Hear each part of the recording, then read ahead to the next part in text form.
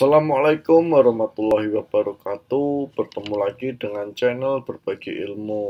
Nah, kali ini kita mau bahas seputar ketenagakerjaan, tepatnya lebih terkait dengan dampak Undang-Undang Cipta Kerja tentang PHK, terutama tentang resign. Nah, jadi bagi kalian yang sudah membaca Undang-Undang Cipta Kerja, khususnya pada klaster ketenagakerjaan, tentu kalian akan mendapati beberapa hal yang menarik terkait dengan dampak perubahan Undang-Undang Ketenagakerjaan yang diubah oleh Undang-Undang Cipta Kerja tersebut. Nah, salah satunya ini yang akan mau saya bahas adalah tentang pengunduran diri pegawai. Jadi kalau resign menurut Undang-Undang Cipta Kerja itu benar nggak sih dapat pesangon?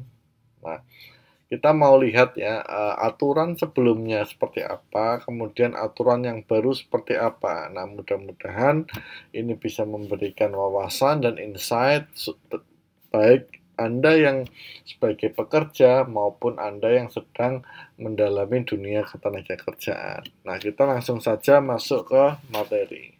Nah, kita bahas dulu dari sisi atau aspek Undang-Undang Ketenagakerjaan, Undang-Undang Nomor 13 Tahun 2003. Ini saya ambil dari pasal 162 ya. Dinyatakan atau dibunyikan di sini ada 4 ayat, yaitu yang pertama, pekerja yang mengundurkan diri atas kemauan sendiri memperoleh UPH sesuai pasal 156 ayat 4.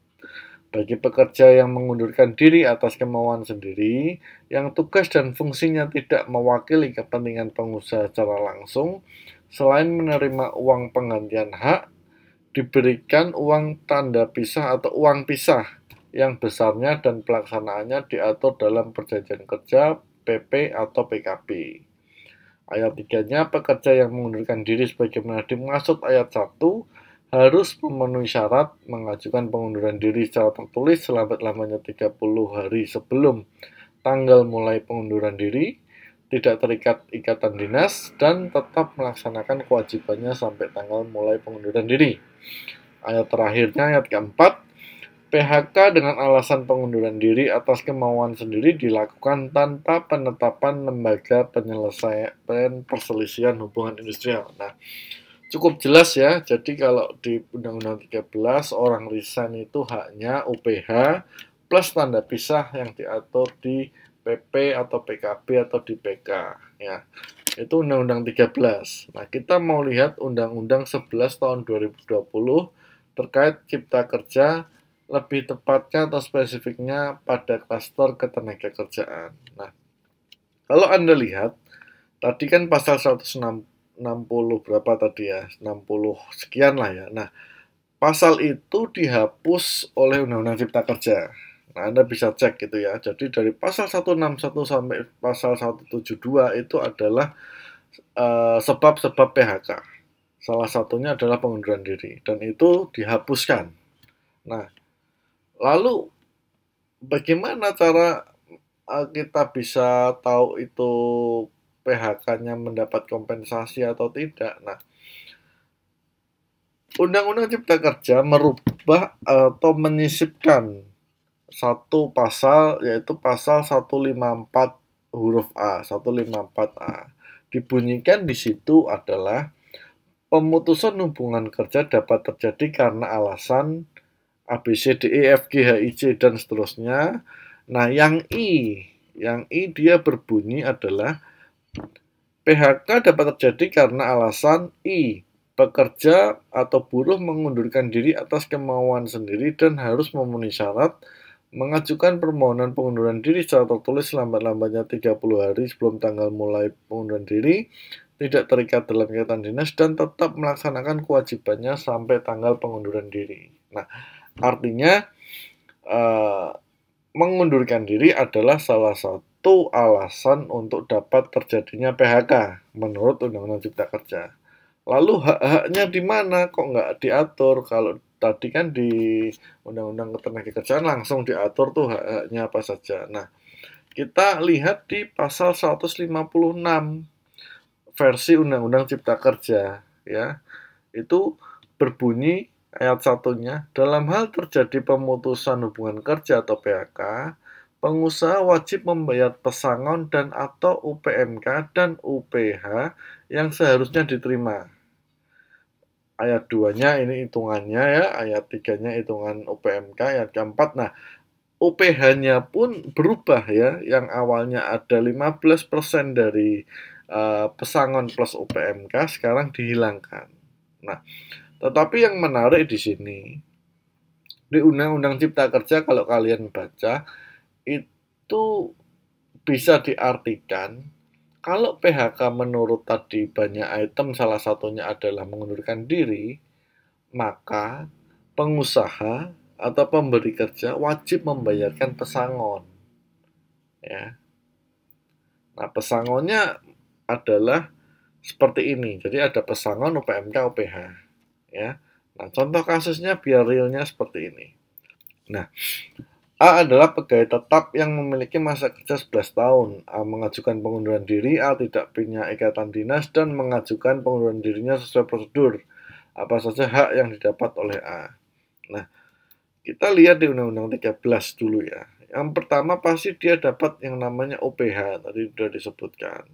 OPH berupa cuti tahunan yang belum diambil dan belum gugur, kemudian biaya ongkos pulang bagi pekerja dan keluarganya ke tempat awal dia diterima bekerja.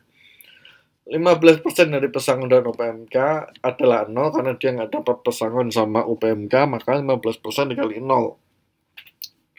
Hal-hal lain yang diatur di PP, PKB, dan perjanjian kerja, dan dia dapat tanda pisah sesuai PP atau PKB atau PK. Nah, gimana pengaturan menurut Undang-Undang Cipta Kerja?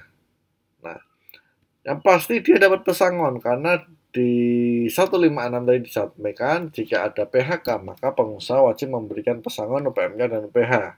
Nah, masa kerja 11 tahun dia dapat pesangon 9 kali upah. UPMK 4 kali upah. UPH cuti tahunan yang belum gugur sama biaya ongkos pulang dan hal lain sesuai PP dan PKB. Nah, jadi ini ada perubahan fundamental mengenai hak orang yang resign atau mengundurkan diri. Ya, cuman ini saya masih belum pasti. Kenapa saya bilang saya belum pasti dalam menyampaikan ini? Karena di ayat terakhirnya itu selalu bilang pengaturan lebih lanjut akan diatur dalam peraturan pemerintah. Nah, sedangkan pengaturan oleh pemerintah sampai sekarang belum ada.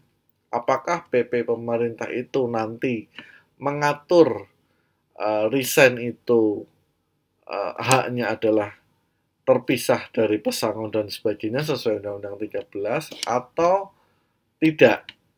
Nah, itu yang kita masih nunggu. Tetapi sambil kita nunggu kan sebenarnya undang-undang ini sudah efektif berlaku. Berarti salah satu tafsiran yang bisa diartikan adalah kalau ada orang PHK karena resign, di mana itu masuk dalam salah satu alasan PHK, dan memenuhi syarat tadi, jadi tertulis 30 hari, mengajukan syarat tertulis 30 hari, kemudian tidak ada ikatan dinas, dan masih menjalankan kewajibannya sampai hari pengunduran diri, maka pengusaha wajib membayarkan pesangon UPMK dan UPH.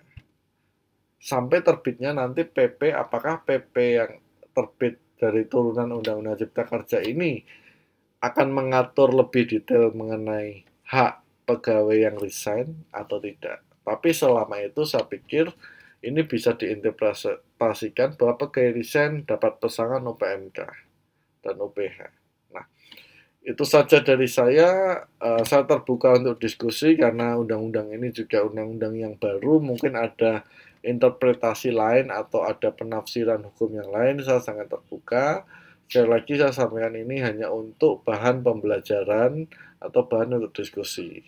Ya, terima kasih sudah menonton. Kurang lebihnya saya mohon maaf. Wassalamualaikum warahmatullahi wabarakatuh.